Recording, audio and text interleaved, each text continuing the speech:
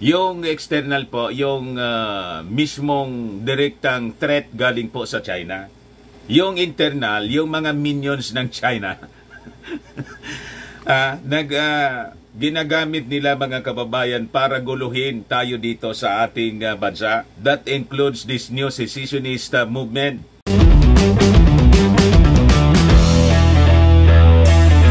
A day before mga kababayan ng selebrasyon ng Chinese New Year, yung China may warning na naman po sa atin. Talaga niya, Mr. Maravillas. Yan nga po yung malungkot. Kasi yung mga Filipino nakikisaya sa mga Chinese dito para sa pagsalubong ng Chinese New Year. Ngayong araw na to, Friday. Bukas pa dapat yung walang pasok. Dineclare na po ng Palasyo Malacanang as special non-working day sa pakikiisa. Kasi may batas po dyan. Ang author po si Senator Angara.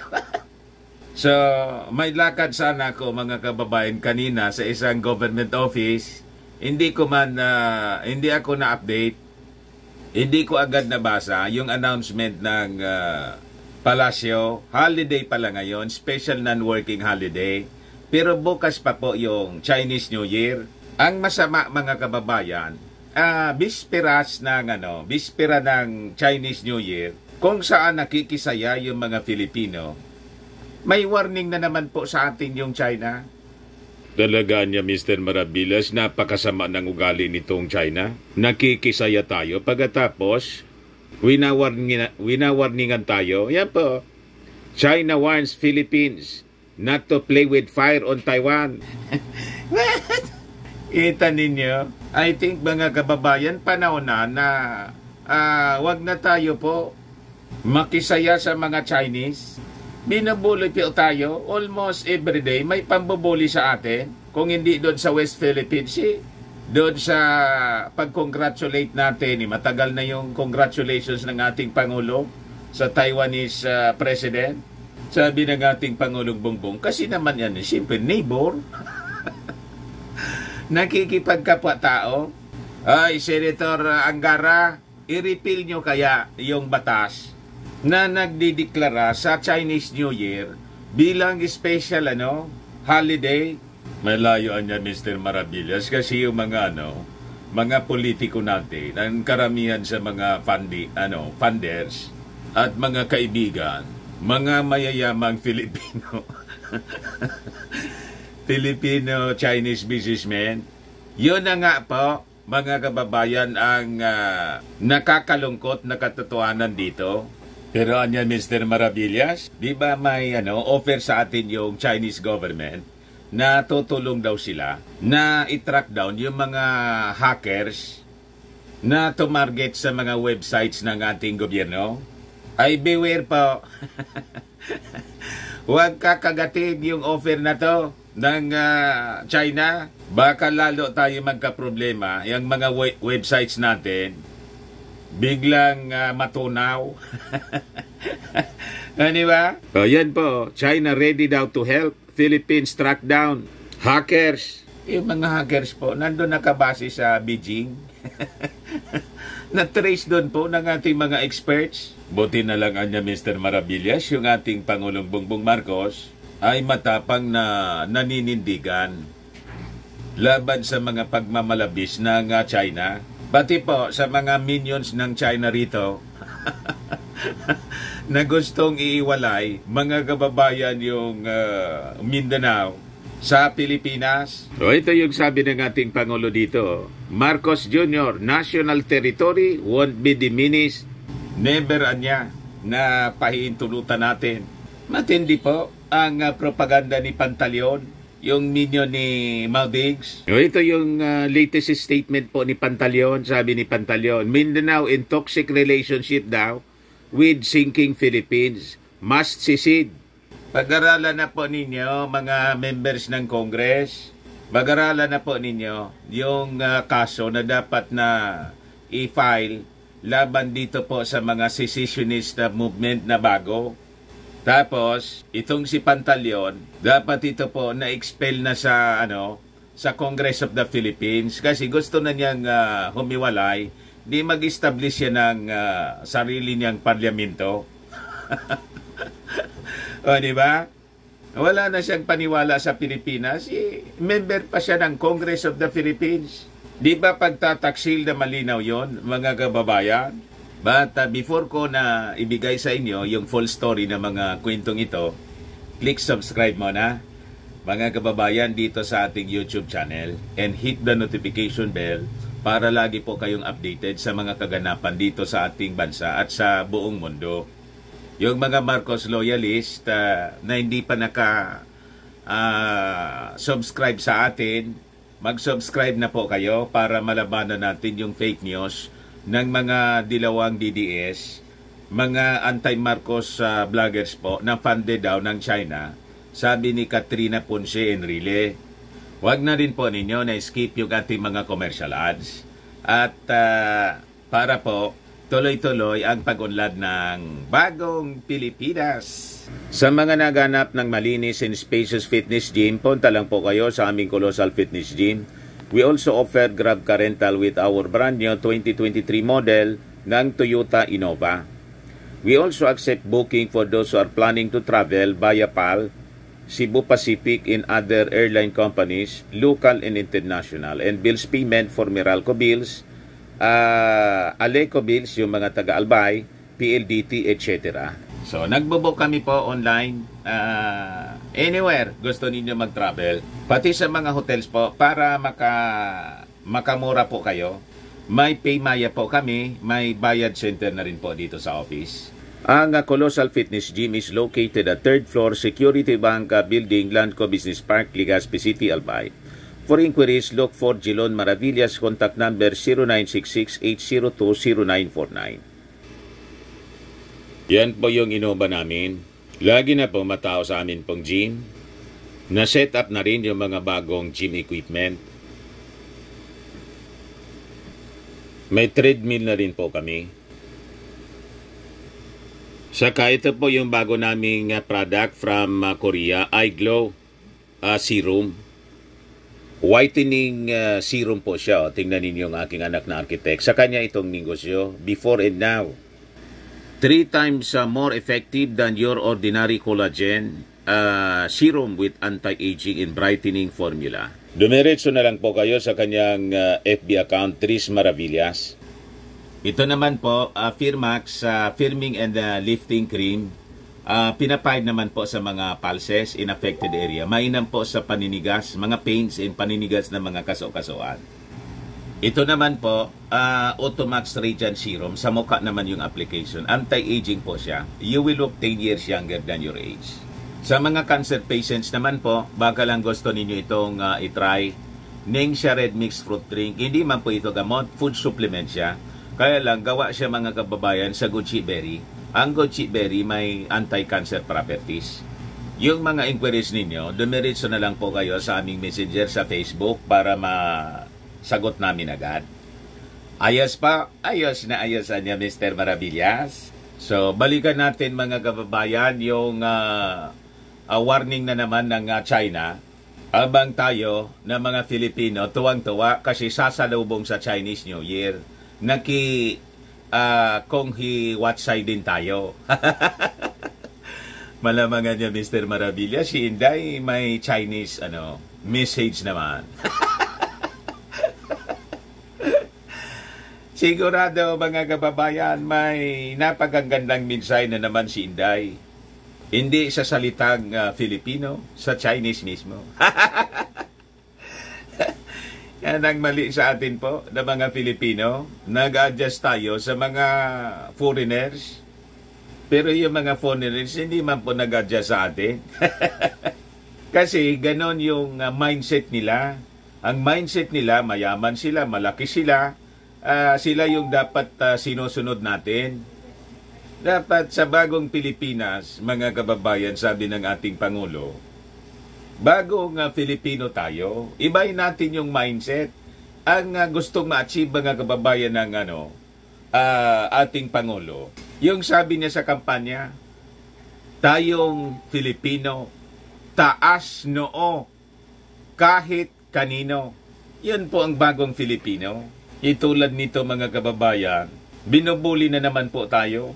Ayan po, pinagsasalita na naman tayo mga kababayan. China warns Philippines not to play with fire on Taiwan. Wala nang piniling panahon. Itinaon pa sa selebrasyon nila ng Chinese New Year. Sabi po ni Wang Wenbin, Chinese Ministry Foreign Affairs spokesman, wag niya kayong maglalaro sa apoy, ay maglalaro ng apoy.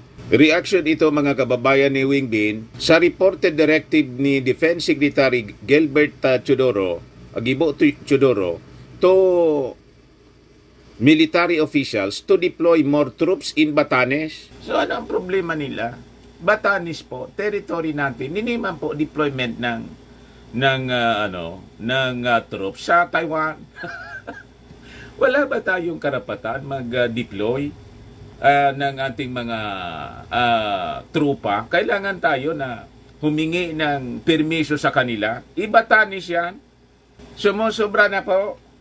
Senator Angara, bawiin na po ninyo, i-repeal ninyo. Dapat as a sign of strong protest sa kanila na tayo hindi na makisawsaw sa Chinese New Year kasi yung rason ninyo kung bakit tayo nakikiselebrate at ipinasa ninyong batas kasi yung mga Chinese investments dito, mga businesses galing sa China, laking tulong sa ating ekonomiya. Ngayon po, perwis yung ginagawa natin. Ang ginagawa nila sa atin, pamboboli at pag-iinsulto. Di po ba? At pangingialam sa ating internal affairs. Deployment ng troops natin sa Batanes, nagagalit sila. Lalo pa dito sa West Philippine Sea na contested. Iyon nga, mga kababayan, wala man silang karapatan doon at hindi man contested po, nangingialam na, namimihasa kasi po eh. So sabi rito, Chodoro wanted to mobilize more troops to the remote Batanes Islands, less than 200 kilometers from Taiwan, to fortify Manila's territorial defense capabilities. Para sa ating defense capabilities kasi mahirap na po.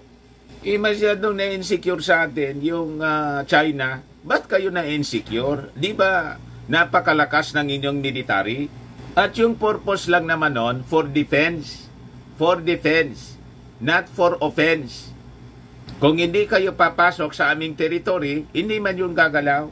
Nandun lang yung nakabantay, naka-standby. So wag pala kami na magbantay sa aming sariling territory. So bakit pa na ang bawat bansa ay kailangang may military for defense?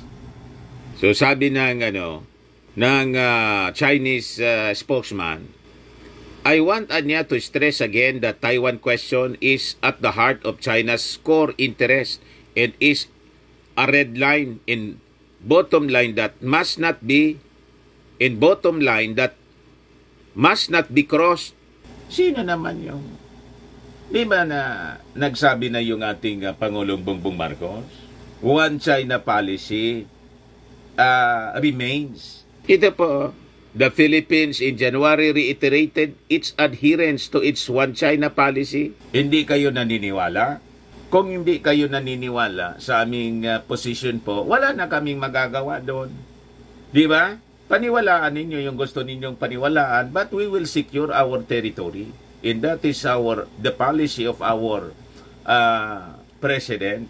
Yan ang sabi ng ating Pangulong Bongbong Marcos. Marcos Jr., national territory won't be diminished. Ito yung sinabi ng ating Pangulo sa okasyon ng Philconsa po, doon sa Makati, kung saan tinawag niyang preposterous yung sinabi po ni Digong na gusto nilang ihiwalay ni Pantaleon at mga supporters nila yung Mindanao sa Pilipinas. It is a constitutional travesty, sabi ng ating Pangulong Bongbong Marcos. And it is doomed to fail. Tiningnan ko po yung kaninang umaga, tiningnan ko yung kaulugan sa Google ng preposterous. Ang ibig sabihin pala po, stupido. Estupido, tonto, foolish, mangmang. Yung tawag dito sa amin yan, pulpul. Patal. Tulad ng politiko. Medyo tumali mga kababayan yung mga statements ngayon ng ating Pangulong BBM. BBM. Kaya po nanginginig yung kampo ni Duterte po na wala yung tapang. Si Ari Roque po hindi na makatulog dahil sa issue ng warrant of arrest galing sa ICC. Yung ginagawa po ng China, ginagatungan nila yung mga minions nila rito para i-dismember yung ating bansa. Siguradong may connection ito, mga kababayan. So sabi ng ating Pangulo, there's no way the national territory would be diminished. As he declared that any attempt niya to separate Mindanao from the Philippines is doomed to fail. I've said it before and I'll say it again. Our national territory will not be diminished even by 1 square inch. We will continue to defend from any threats, external and internal. Yung external po, yung mismong direktang threat galing po sa China. Yung internal, yung mga minions ng China. Ginagamit nila mga kababayan para guluhin tayo dito sa ating bansa. That includes this new secessionist movement na ang pasimuno mismo yung dating Pangulong Digong. Payag kayo sa ganon, mga kababayan? Dapat talaga niya, Mr. Maravillas, na alisin na yung bumalik na tayo sa membership sa ICC. Para niya manahimik na, dali na si Digong doon sa the Netherlands. Pag sinubukan daw siyang aristuin sa Davao, talaga na POTA. Subukan na niya nila at talagang magkakabarilan kami. Hindi niya makukuha nilang buhay. At hindi po. So sabi ng ating Pangulo, I've said it before and I'll say it again. Our territory will not be diminished even by 1 square inch. We will continue to defend from any threats, external and internal. We will not allow even an iota of suggestion of its breaking apart. Sabi po ng ating Pangulong Bongbong Marcos in an event commemorating Constitution Day doon po sa Makati. Sabi ng ating Pangulo, it is a grave violation of our Constitution. A move to secede Mindanao from the Philippines being spearheaded by his predecessor, Rodrigo Duterte. Alagaan niya, masama, Mr. Maravillas, yung epekto ng fentanyl. Nawala na po sa sarili. You see? So Marcos called on Filipinos to join him in defending the sanctity of the country's territorial integrity. He said the Constitution calls for a united and undivided country and does not have a provision allowing its dismemberment. He noted that the leadership of Bangsamoro Autonomous Region in Muslim Mindanao and other political leaders of the island have repudiated what he called a preposterous proposal. This is because there can be, in fact, there is already genuine and effective local autonomy throughout our country, especially the BARM, without compromising our national integrity in the slightest degree. I strongly appeal to all concerned to stop this call for a separate Mindanao. It is a grave violation of our Constitution. This is not the new Philippines we are molding, but the dismemberment of our country, the Philippines. Yan po ang matigas na panawagan ng ating Pangulong Bongbong Marcos. Sabagay, yung mga sumusuporta po sa dating Pangulong Digong, si Pantaleon. O ito po, dapat siguro nito i-exile na sa Beijing. Sabi niya, Mindanao is in toxic relationship with sinking Philippines. Must secede. Imagine, tinawag niyang toxic yung relasyon ng Mindanao po Untoxic man lang po ang relasyon. Silang dalawa ni Digong. Di ba? Pati mga pananalita, toxic. Pati mga supporters, toxic. Yung mga vloggers pong, DDS po, ay, pakinggan ninyo po kung magsalita. Full of negativities, mga kababayan, tapos hatred sa kanilang puso. Laging galit. High pitch po kung magsalita. Laging galit. Dito po, fake news itong Sinking Philippines. Ang sinking po, yung political career ninyo. Kasi, sigurado, pag alimbawa itinuloy-tuloy ninyo ito, ang sisirain ninyo yung political career ninyo. Mawawalan kayo ng suporta at I think damay dito si Inday. Unti-unti na po na nababawasan yung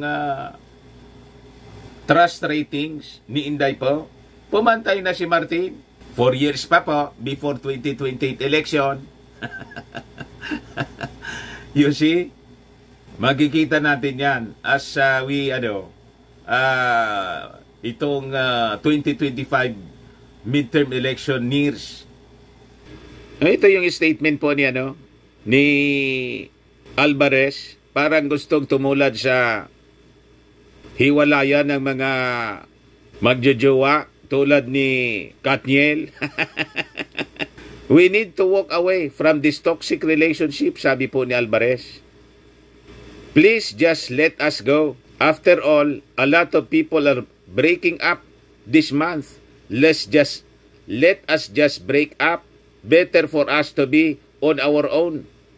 According to Alvarez, their aim is for Mindanao to finally be allowed to prioritize itself. Mindanao should not just be an afterthought because the national government has different priorities. That's hard. It's been like this for a long time. If the Philippines can't provide what we Mindanaoans need, why we are still there?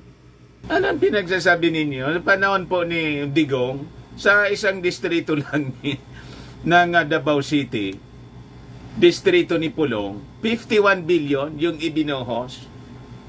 Asa na yon?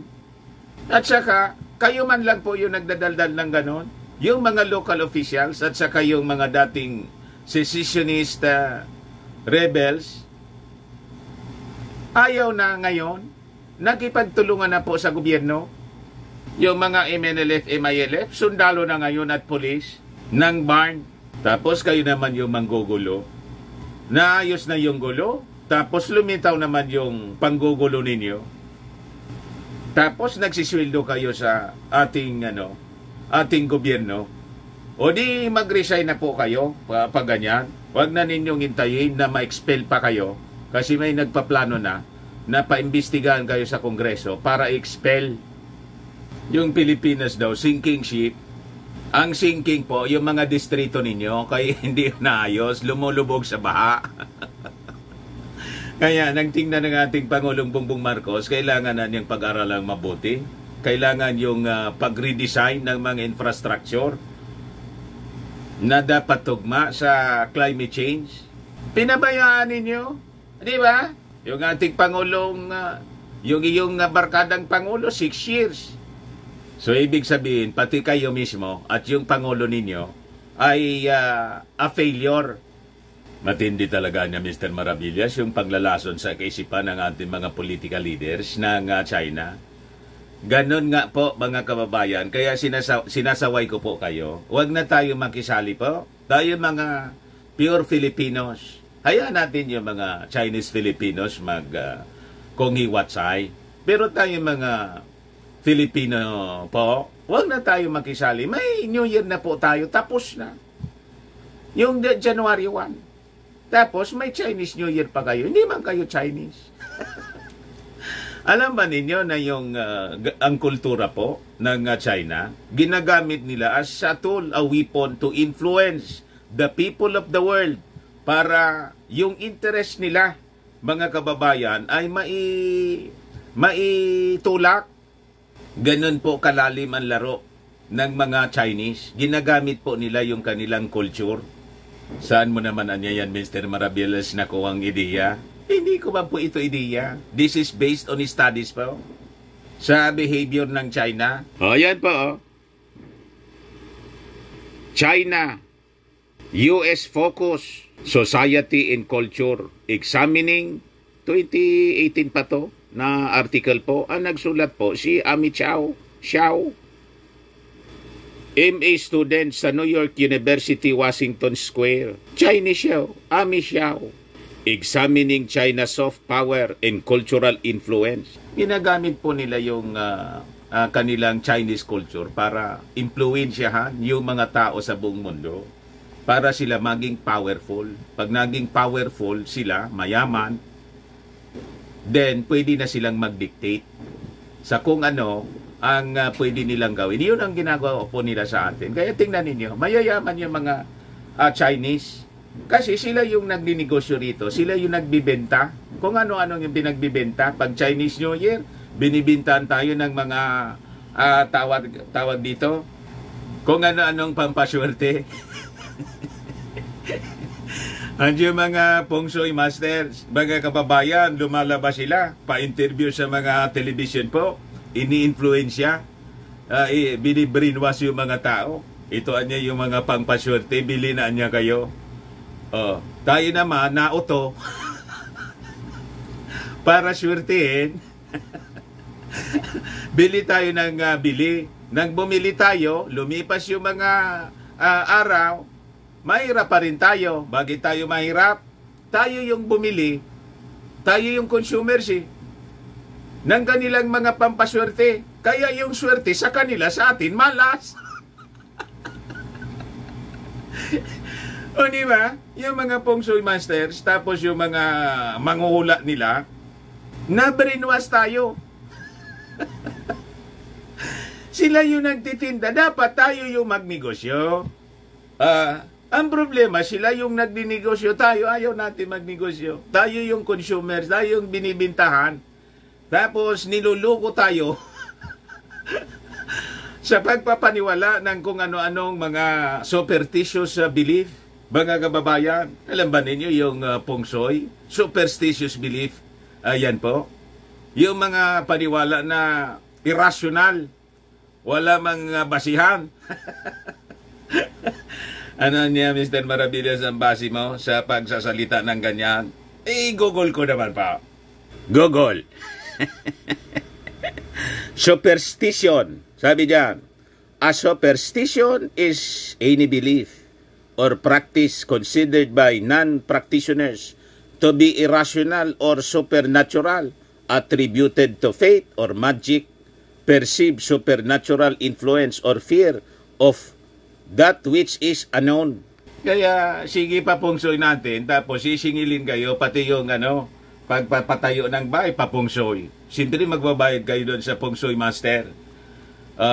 Tapos bibili kayo ng mga materials ng pampabahay ninyo, pagpatayo ng bahay, hindi man sa Filipino businessmen, kundi sa mga Chinese. Ta sila yung may paninda niyan.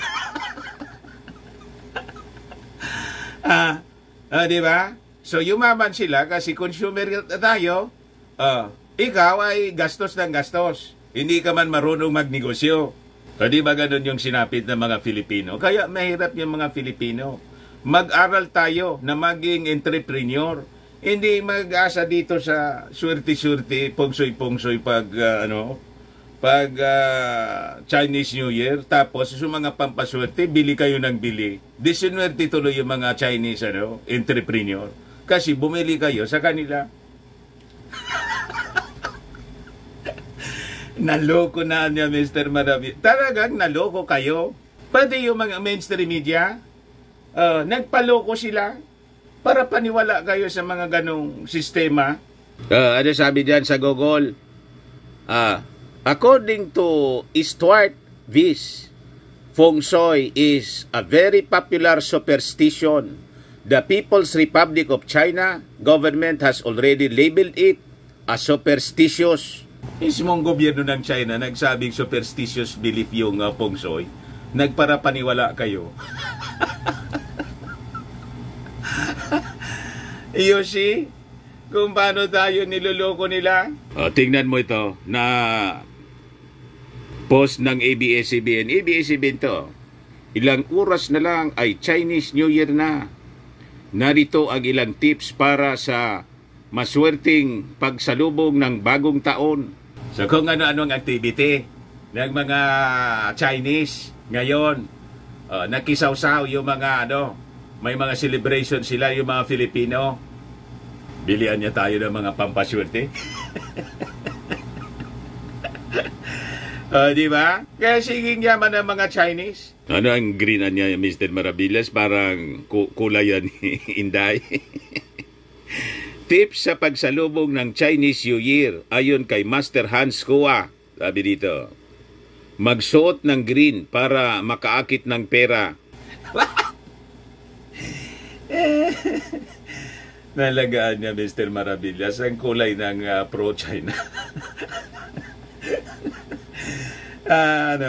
Si Inday lang ang makaakit niya ng pera galing sa mga sponsors niya. Di ba? Tapos gagamitin para ma-brainwash yung mga Filipino na iboto siya sa 2028. You see? Tapos sabi, buksan lahat ng ilaw sa bahay. What? Pag-aksaya po ng ng kuryente yon. O bakit? Kayo yung magbabayad ng mataas na singil sa kuryente? May control pa naman ng National Grid Corporation, China.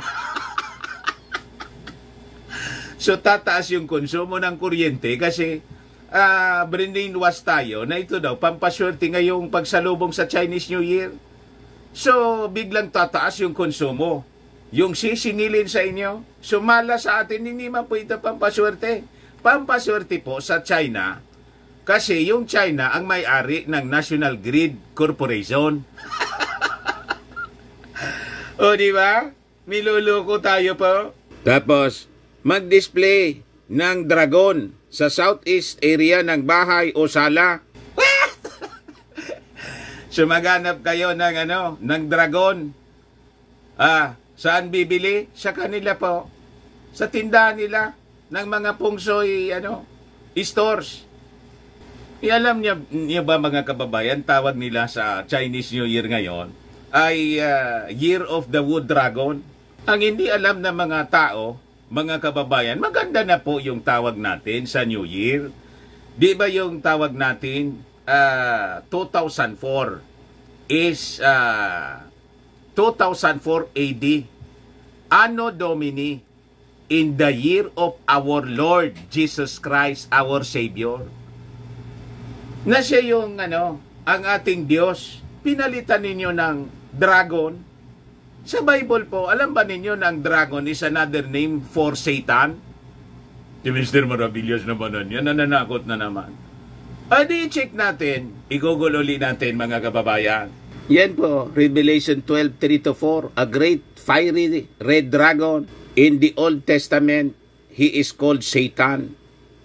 So, pinalitan ninyo, mga kababayan, yung mga naniniwala dito, pinalitan ninyo yung Year of the Lord, Year of Satan Year of the Dragon, Wood Dragon ang tawag po nila.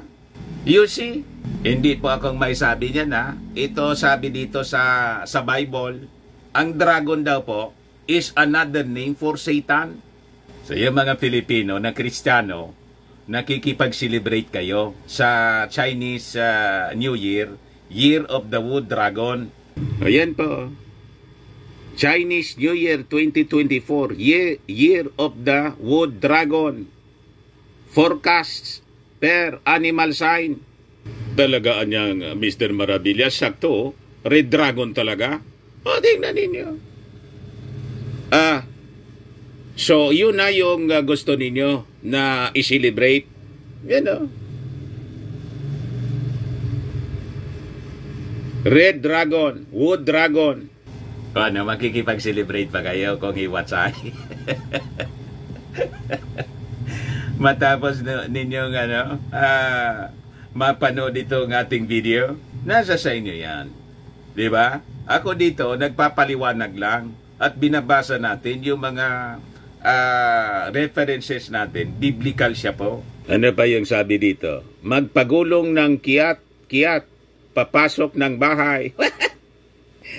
Yung ano-anong mga, magsindi ng siyam na insenso at gamitin ito para mag-cleansing sa bahay. Yun ang sabi sa post ng ABCD. So, ayanin nyo sila, yung mga Chinese. Pero yung mga Filipino, makisaw-saw pa kayo rito. Pagkatapos, nakikisaya tayo. Lagi tayong inaapi ng Chinese government po. Ay, nag-warning na naman sa atin. Nasaan ang hustisya niyan? Di ba? Tapos may pinupunduan pa yung Chinese government na mga vloggers dito pala para siraan yung ating Pangulong Bongbong Marcos. Oh, kaya kayo mga Marcos loyalists, huwag na kayo makisama. Pinagluloko tayo ng mga sponsors nitong mga minions ng China dito sa ating bansa. Tapos makikisaya tayo sa kanila habang niloloko tayo. Ginagamit po nila yung kanilang kultura to influence us para sila ay maging ma-influensya sa buong mundo. Ito yung sabi rito, examining China's soft power in cultural influence. Sabi dyan, presidency at the 19th Communist Party of China CPC National Congress in 2017, he placed special emphasis on expanding China's cultural power in the pursuit of quality development. We will improve our capacity for engaging in international communication so as to tell China's stories well, present a true multidimensional and panoramic view of China, and enhance our country's cultural soft power. Sabi po ni Xi Jinping, barkada ni Mao Diggs. Global cultural influence is so important for China's future that in fact, according to the People's Daily, she noted that the economic policy should be improved for the progress of cultural sector, adding that the new business forms is in this field should be developed. Kaya ginagamit nila yung kultura para i-brainwash po tayo, pati yung kanilang mga kung ano-anong superstitious belief, para lalo po silang maging powerful economically.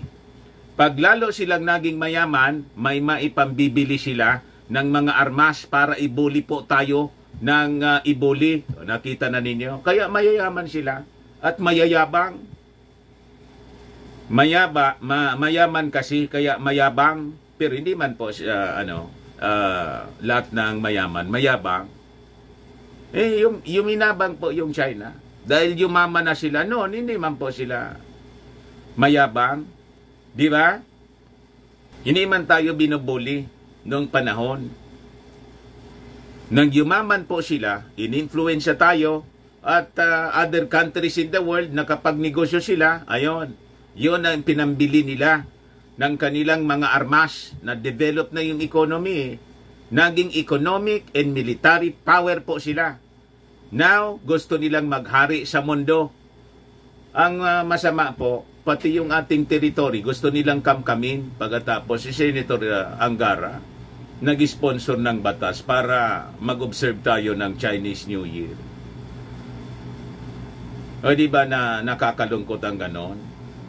I-repeal na po ninyo yung Chinese New Year para hindi na matapos na matigil na ito, matuldukan natin yung paggagamit nila ng kultura para tayo i-brainwash, para pag nanakop sila, walang resistance sa atin. Kasi nadoktrina na tayo, na brainwash na tayo ng mga Chinese.